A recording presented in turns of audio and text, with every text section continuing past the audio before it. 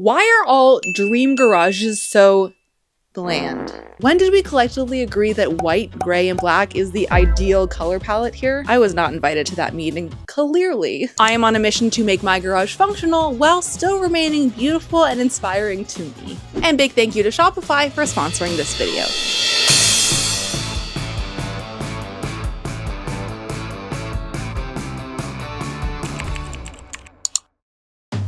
So last week I built this massive plywood shelf with all of these crates to store all of my supplies. There is a video on this.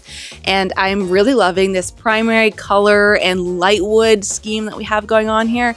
And I want to carry it over here because now it's left this wall feeling very bare. So my challenge this week is to build a little workshop zone back here, complete with more storage and a table that I can work off of. I do have some more thoughts, so let's head inside. I want to talk a little bit about something that I can pretty safely guarantee no one has thought about as deeply as I'm about to. And this is, exactly where does the line fall between beautiful and stylish and practical and realistic when designing a garage? And we're talking a typical garage, one that gets messy and dirty and houses the bicycles and the garbage cans, this kind of garage. And my personal challenge for myself is to see just how close I can get to the aesthetic side without actually making something that's so impractical it's not usable and won't hold up over time. So let's take a look at some real life examples. So your workshop stool, this is the typical one that you often see. Now the purely aesthetical version of this, aesthetical? That is so not a word. Now the 100% aesthetic version of this is something like this. It's gorgeous, it's beautiful, but a fully fabric upholstered stool, probably not the best for a workshop environment. I can see this getting stained and just getting gross quickly. So I'll meet you halfway with something like this. Maybe it's all metal or all wood, but it is in a fun color. Workshop lighting. It typically looks like this and it's not very fun to look at, but it does get the job done. You guys know me, I am such a fan, big fan of the rice paper pendant, but I can see where this would go bad very quickly. It's gonna get ripped or stained, I just know it. Instead, let me propose something like this. It's metal, so if it gets bumped, no big deal, and I can see it being very easily wipeable. Oh, but did I mention it's beautiful? Like, I still would love to look at it. Now, a workshop table, we know this is something I wanna put in the garage. This is your common variety. It's metal, it's heavy duty, it can withstand anything. You can put wheels on it, which is something I'd like to do, but you know, I prefer a better vibe. Now, if I could do anything, it might look something like this. It's mid-century in style, it's maybe walnut, but would I actually want to paint on this and get it dirty? No, I'd be far too nervous. And I don't think legs like this could support wheels. So my common ground solution is maybe something like this. It's wooden, but maybe it's butcher block and therefore a bit more heavy duty. We could put wheels on something like this, but the wood tone leans a little bit more my style.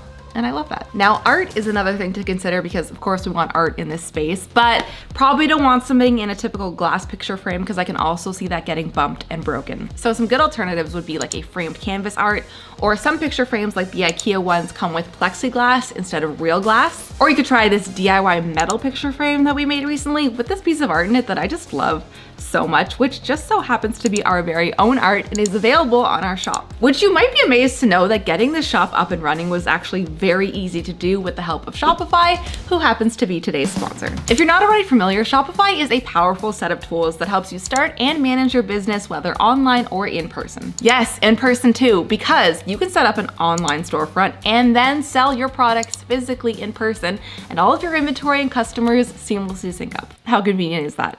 Shopify is designed to make life easier for entrepreneurs, from beginners all the way to big brands. That ease is literally the reason that we are with Shopify, because before it was kind of a clunky process to link our products in our content. Like, you can't put clickable links in the description of Instagram, so sending someone off page through an external link to go find your store is sometimes all it's gonna take to lose a customer. That is one too many clicks for people, I'm telling you. With Shopify, you can sell right on social media. Like, you can see it in action right here below this YouTube video. So if you're looking to start a shop or your shop currently is not with Shopify, you're missing out on a ton of these great features. You can start your trial right now by going to shopify.com/TheSorryGirls or by scanning this QR code right here on screen. Good morning. Okay, I need you to know something about me and like really deeply know it. And this is it. I'm always gonna look for the secondhand option first. Always. Unless there's a really good reason why not to, which sometimes that happens, but I'm just always on Marketplace. I'm always that girl. That is my scrolling app of choice.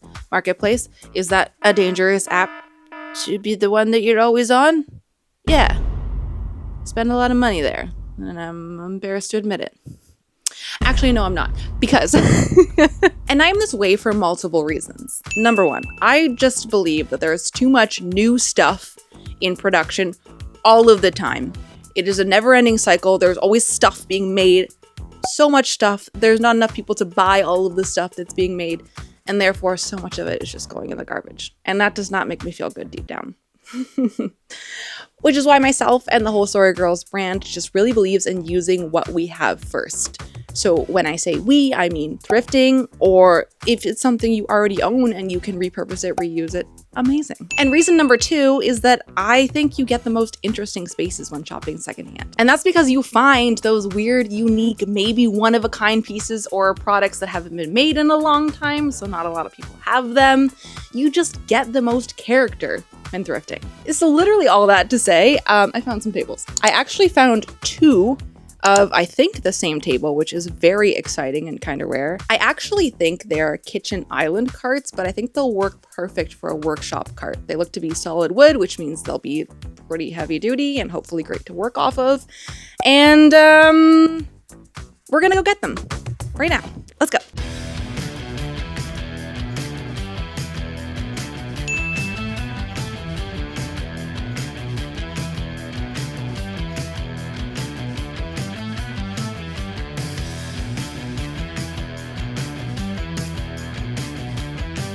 Ta-da!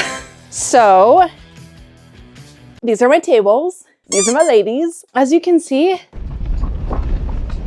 that just won't do. I'm hoping it's just a matter of all these bolts need to be tightened and they got loose in transportation. So let me do that and see if we're in a better place. Most of the time, this is just what needs to be done to old furniture. The bolts or screws just need to be tightened, and I was right. For these islands, once I tightened everything up, they were good as new. So what I picked up are these rolling cartwheels. They're called casters, and I have half of them with a lock on them and half of them without a lock on them, because the ones with the lock are a lot more money. And from what I've read, you only need locks on half of your wheels to stop your cart from moving. So that's what we're gonna do. So I'll do 2 wheels on the back without locks and 2 wheels on the front with locks.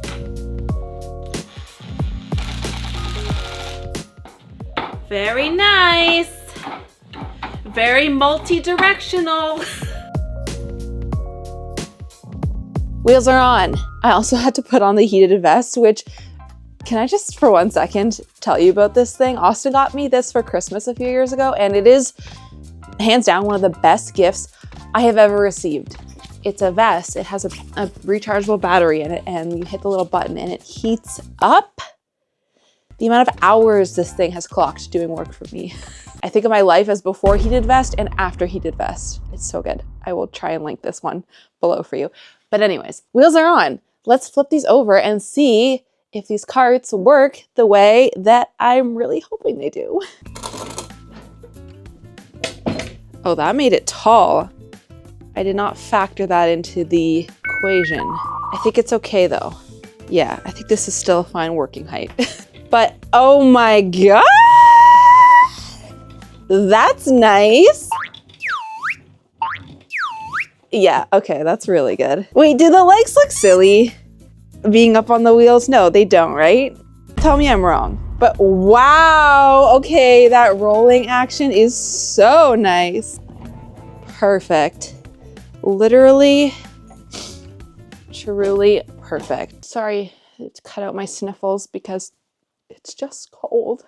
And then there are these pieces that go under here. Now you might be wondering why I went with 2 smaller little tables instead of 1 more traditional, larger workbench. There's a reason for this, okay? A, this garage isn't huge, So being able to bring out one smaller table into the middle and work around it just made a little more sense. And number two, we have this large chop saw, miter saw, that I wanted to put up on the table. If this was one big table, anytime I wanted to do anything else that wasn't with that saw could be in the way. I would be dragging a table with a big saw on it. So this way, one table can be mostly dedicated for the big saw, and the other table can kind of swing around to do whatever things I'm working on. Does this make sense? I also just feel like there's some fun to be had with layout, maybe. Like, you know, I could bring this one here and we could make a little L-shaped moment depending on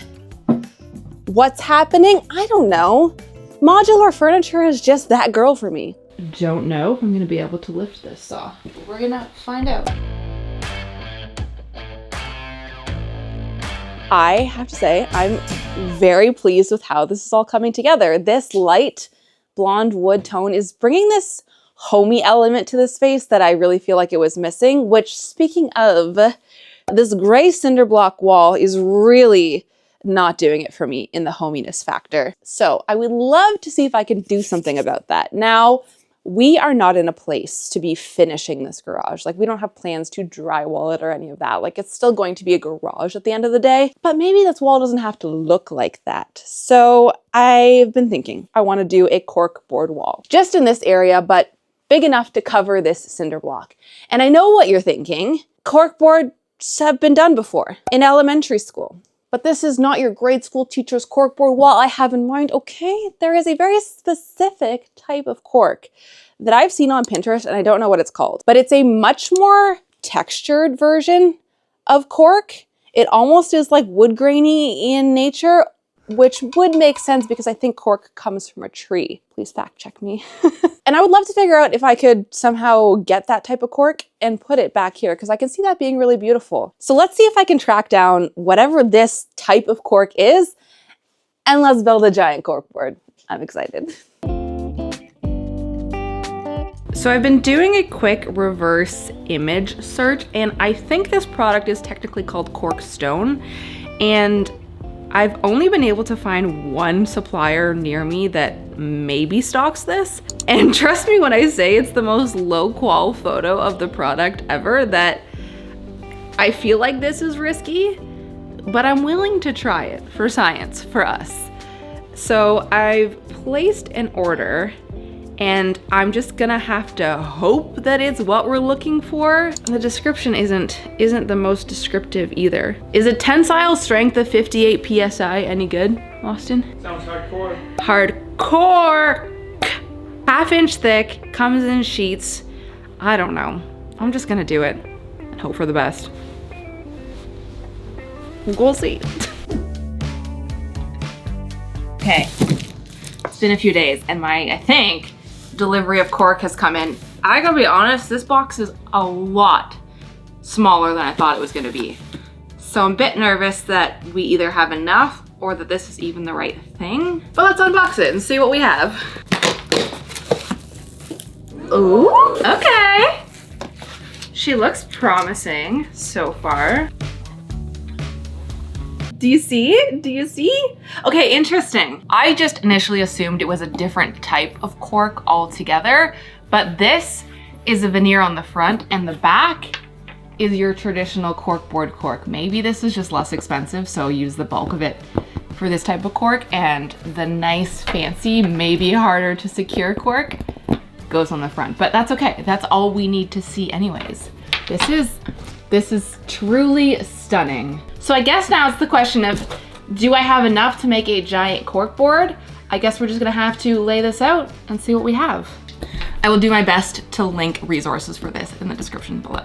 Okay, these are obviously all different, right? Like, it's very much cork. It's not like a printed pattern or anything. Wow. Wow, wow, wow, wow, wow.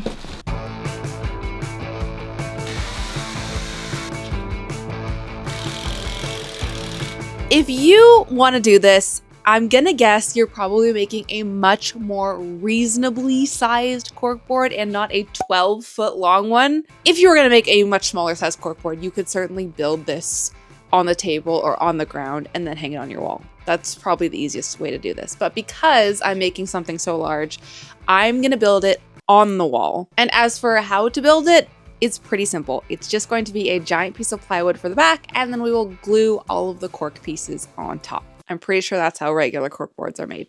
Anyways, I'm gonna guess you're also not in the same situation that I'm in, whereas you have a pole in the middle where you want to build this. So what I've gone ahead and done is made these little blocks that basically are just spacers so that my cork board can sit in front of this pole. I had the help of Austin to drill them into the wall, which now it looks like we have our own bouldering rock climbing gym here, which I'm kind of into. But alas, we are trying to make a cork board, so we'll have to cover this. So spacers are up so the board can sit in front of this pole. All that to say is let's get this board up.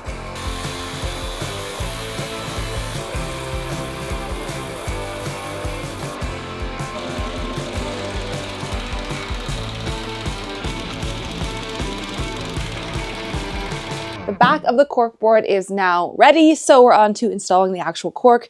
To do this, I'm going to use a combo of this spray adhesive. This is Super 77 Super Strength.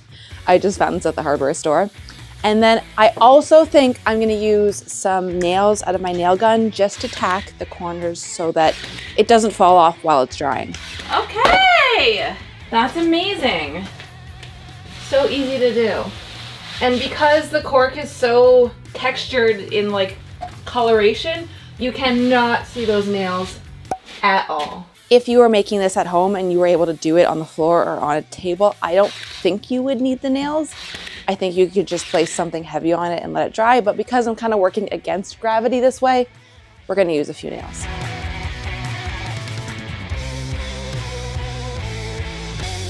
Well, that was actually extremely easy to do and went by very fast, and I'm so happy with how it looks.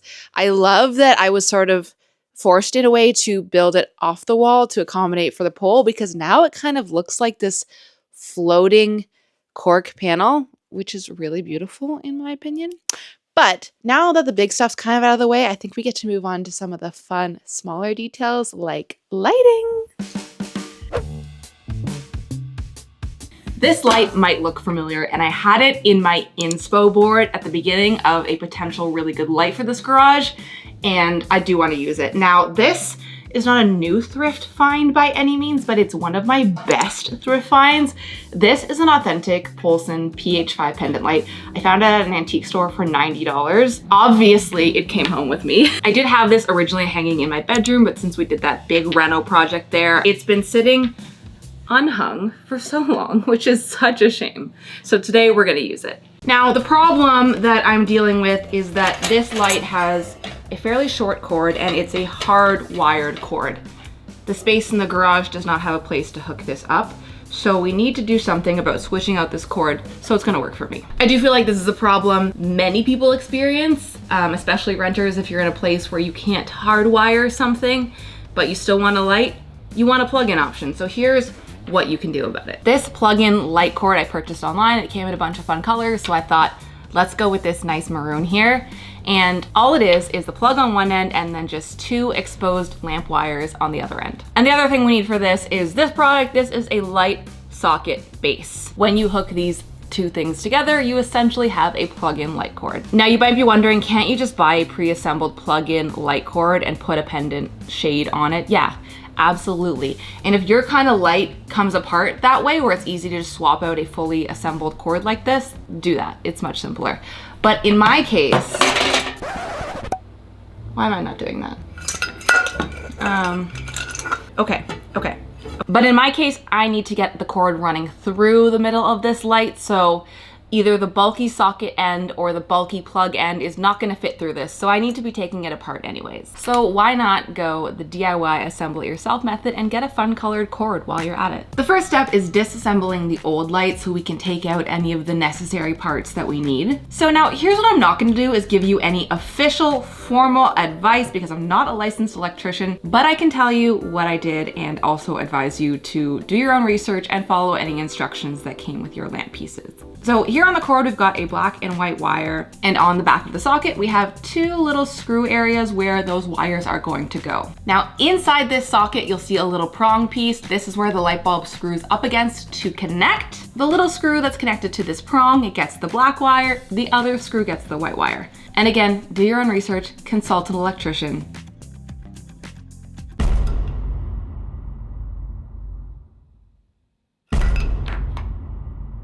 I thought I put it together wrong. And I had a moment, I'm like, no, don't worry. All good. Beautiful. Now, light bulb.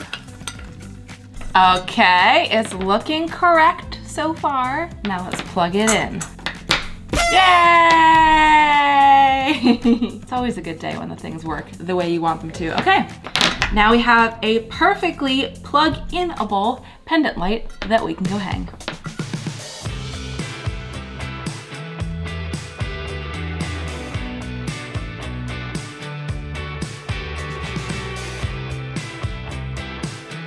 What a nice little glow to work underneath. I'm also adding some additional spotlights to the corkboard. These are the same lights I installed on the shelf in the previous episode, and I've linked them below. They remind me of little angler fish, and I just think that's so cute.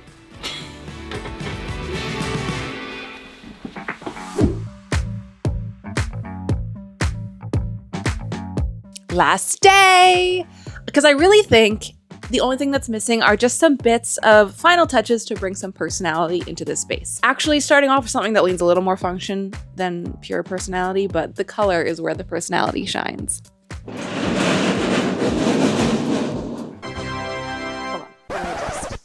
This was an as-is find, IKEA. I was imagining exactly something for this gap between the 2 tables, and she is perfect.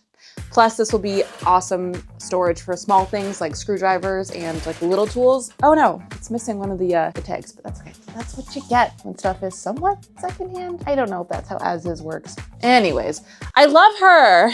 There is no way that a real plant would ever survive in here, so today we're going faux. You know what I always say, faux is better than no. I've never once said that, but here we go. You know, if you don't look too closely, it's just a glance.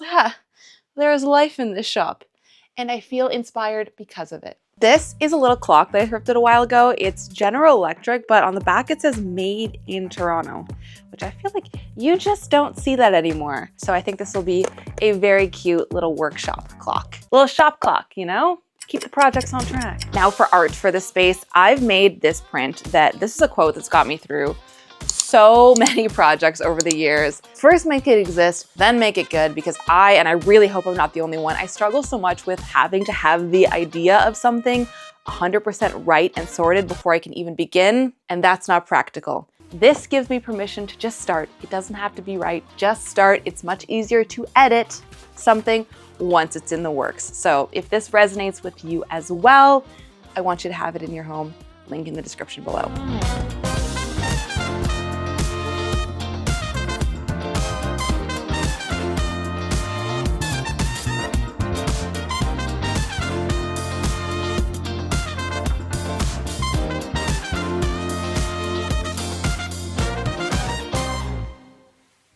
Okay, can we please take a look back on how this garage started? It was such a disorganized mess and the least inspirational place to take on projects. And looking at the totally transformed garage, I think I was really able to nail that mix of practical and beautiful.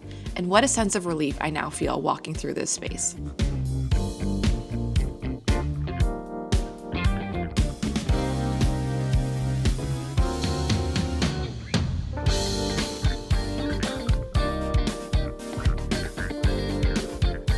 Next week, Rochelle has an amazing kitchen island build to share with you, and I have to say I was blown away by the execution of this project. You do not want to miss this one. See you then.